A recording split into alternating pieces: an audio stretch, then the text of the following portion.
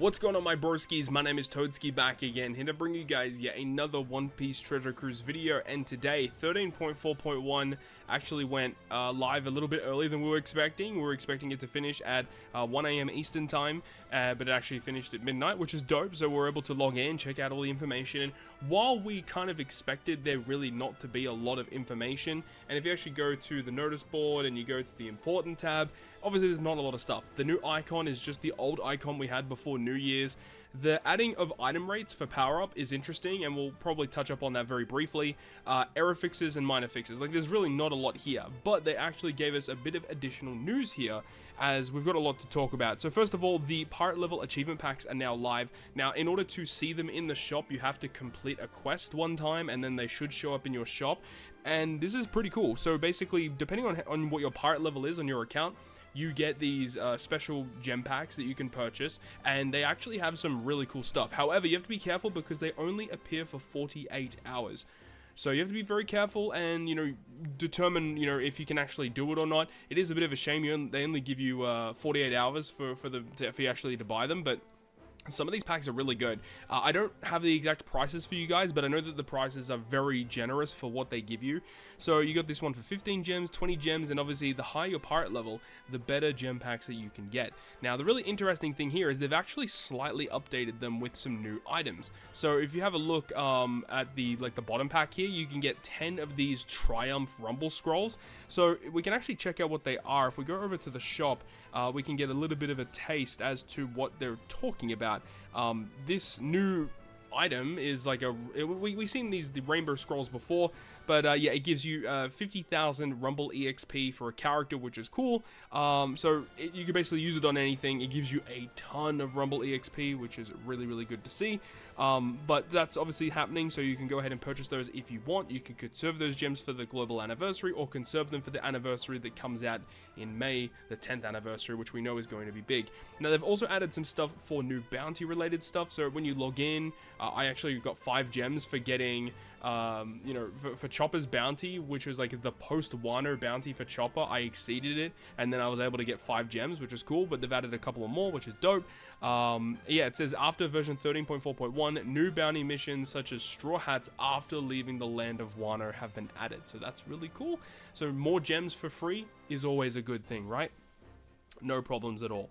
But then this is the biggest thing that I want to talk about here. I mean, before we talk about the Rumble stuff, I guess they've added ink effects for Sabo, who I didn't even realize didn't even have one, and Treasure Map Momo. It was actually data mined that this Treasure Map Momo had ink effect when he debuted in the game, but we just never got the ability to do it, so now we can finally do it, though I'm not going to be doing that, but it is what it is.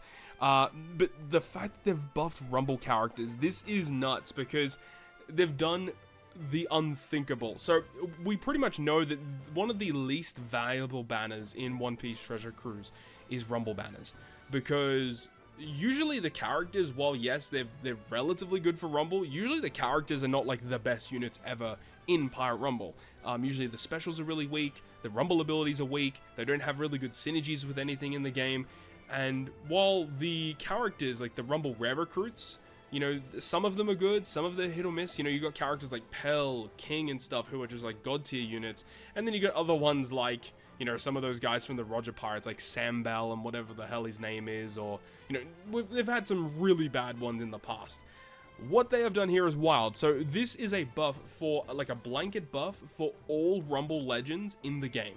So if you have some of these units, you may want to look out for them, because they are very significant buffs. So first of all, we've got Enel. Now, they've not really done much with his special. They've given him slightly more damage, and it does target all enemies, which is a good thing. Now, the resistance buffs is a big thing. So every single Rumble legend has this specific buff, where in Rumble, like, he has his resistances, but he also increases damage dealt against int enemies by 30%. So every Rumble legend will now have this, where whatever type they're normally good against in normal content, so strength versus dex, dex versus quick, quick versus strength, int versus psi versus int, they all get this buff, which is just giving them 30% additional damage. So they've buffed his multiplier, and he gets a 30% damage increase as well. But the biggest buff that they've given all of these Rumble legends is they now cost 20 for your Pirate Rumble teams. This is absurd, because these Rumble units having to waste 55 cost on these Rumble Legends was always really bad, and it felt really bad doing it, especially when the character was kind of mid. But making them 20 cost, the same cost in Rumble as Rumble Rare Recruits, is so good, because the value you get for that 20 cost is so good, because you can run 4 normal Legends, and you can run 4 Rumble Legends now on a squad. Like, that's absurd. So Rumble teams have gotten better across the board now. So NL, better damage and 20 cost. We go over to Kuma. This one, 28 CT for this unit. I can't even remember exactly what his special does. It targets enemies in a large range for 2.5 damage. 2 enemies ignoring defense for 2 times damage. 28 CT, so that is a big buff. And then his resistance, more damage against Dex. So this guy is going to melt through Dex teams. You've also got the fact he's also 20 cost. Urug now gets 30% damage increase against Psy. This character is built to be used against Psy teams, and now he gets even more damage against it. Is now a 20 cost unit. Moving on, Smoothie, recently very, very good in the Rumble teams with Roger and Odin. So more damage against Strength, now a 20 cost unit, so it fits more space for you. Garb, he didn't really receive much of a buff. Yeah, he does more damage against Quick, but he's a mono fighter team kind of unit you want to use him with. 20 cost, that's the biggest buff, of course, so chucking him in with some of the other fighters is a really good thing, because again, having to use a legend slot on a character like Garb always felt kind of really bad to do, because fighters are, like, basically, they're very legend heavy. Like, the best fighter units are the legends, and, you know, having to waste a lot of characters' space for legends was really bad, but making this guy 20 cost gives you more space for the other characters, which is just a huge positive. You've got, what's this guy, Orochi. Orochi sees some niche play, I guess. Being 20 cost is now big. You can run in with the quick driven squad. The quick driven team is going to be pretty absurd. You know, you've got Fuji, Porchemi, Blue Jam, and now this guy being 20 cost, like, it's pretty nuts, right? You've got Page 1.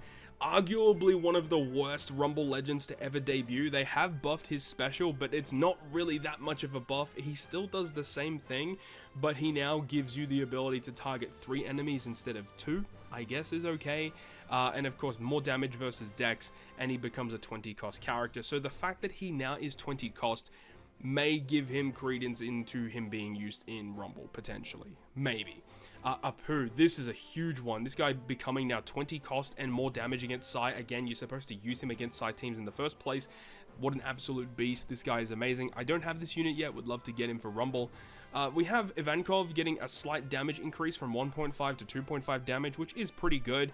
And also more damage versus strength characters, 20 cost. And the fact that cerebral characters, you know, they're supposed to be receiving pretty decent buffs recently, so I guess, you know, Ivankov could kind of squeeze into those types of teams.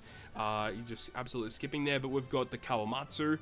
He now does 3 times damage to a high target HP character, as well as more damage versus int, and also being 20 cost. This character being 20 cost is pretty big. Being able to squeeze him on your slasher teams is massive. Like, this is a big change. Raizo and Shinobu, this is one of the most annoying characters to deal with in Rumble, being 20 cost now. For shooters, this is a big buff for shooters. So again, this is one of those units I would love to own, because using them on shooter teams with 20 cost, allowing you to fit more Sugofest exclusives is huge, like really good. And then you've got this one right at the end. So this obviously is not in regards to Rumble Legends, but int-driven Uta now has the ability to launch her GP special 2 times instead of 1. This is one of the big downfalls of this unit, because that GP burst was so incredibly strong, but the big issue was you could only use it once, which really kind of hurt. But now you can use it 2 times, and the amount of damage you do is insane with it. Like, it's so big. So you've got, you know, when the enemy uses 10 specials, 2 enemies for 4k damage 3 times. That's big damage we're talking right there. And the fact that she gives buffs to Psy Int and Driven, you could definitely build 3 very good teams out of that. So Uta, I think, will see play moving forward in Grand Party. You know, you've got Gear 5, which is obviously the best GP leader in the game. Adding an additional GP burst to this is a huge net positive.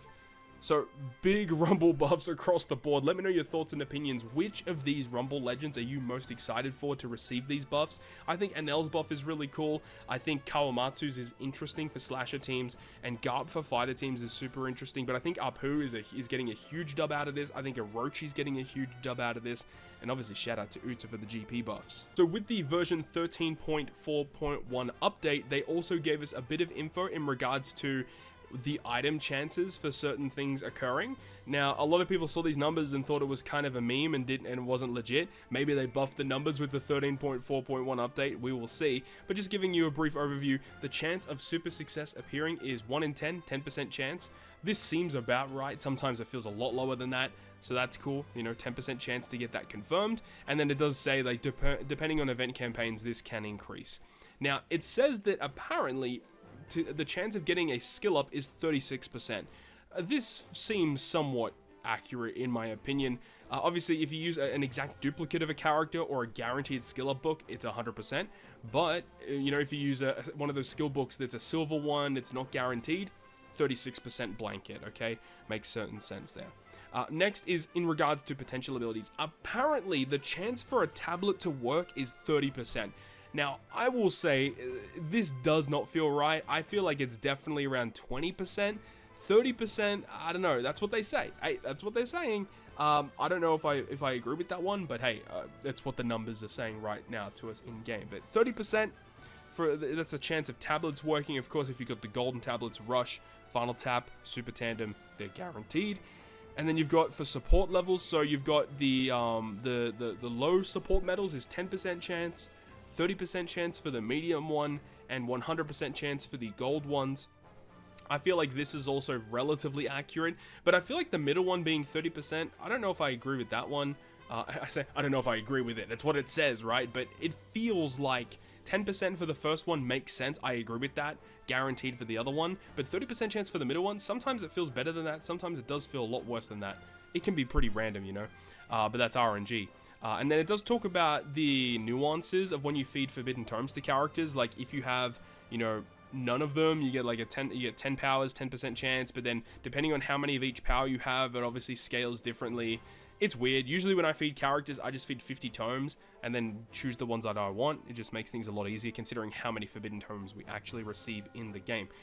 Anyways, that's all the info that we have. Crazy stuff with 13.4.1. We weren't expecting much, but we actually got quite a lot. So let me know your thoughts and opinions about this minor update here. And of course, global anniversary is right around the corner. Hopefully we get data mines soon in regards to what is going to be coming. Tomorrow, Kizuna Clash will be starting. I will likely be live streaming when Kizuna Clash starts, so definitely stay tuned to the Twitch channel for that one. Hope you enjoyed the video though. If you did, make sure to go ahead, leave a like, and if you want to stay up to date with all the content I post, including more One Piece Treasure Cruise content, make sure to hit the subscribe button down below. On that, guys, I will see you guys within the next video.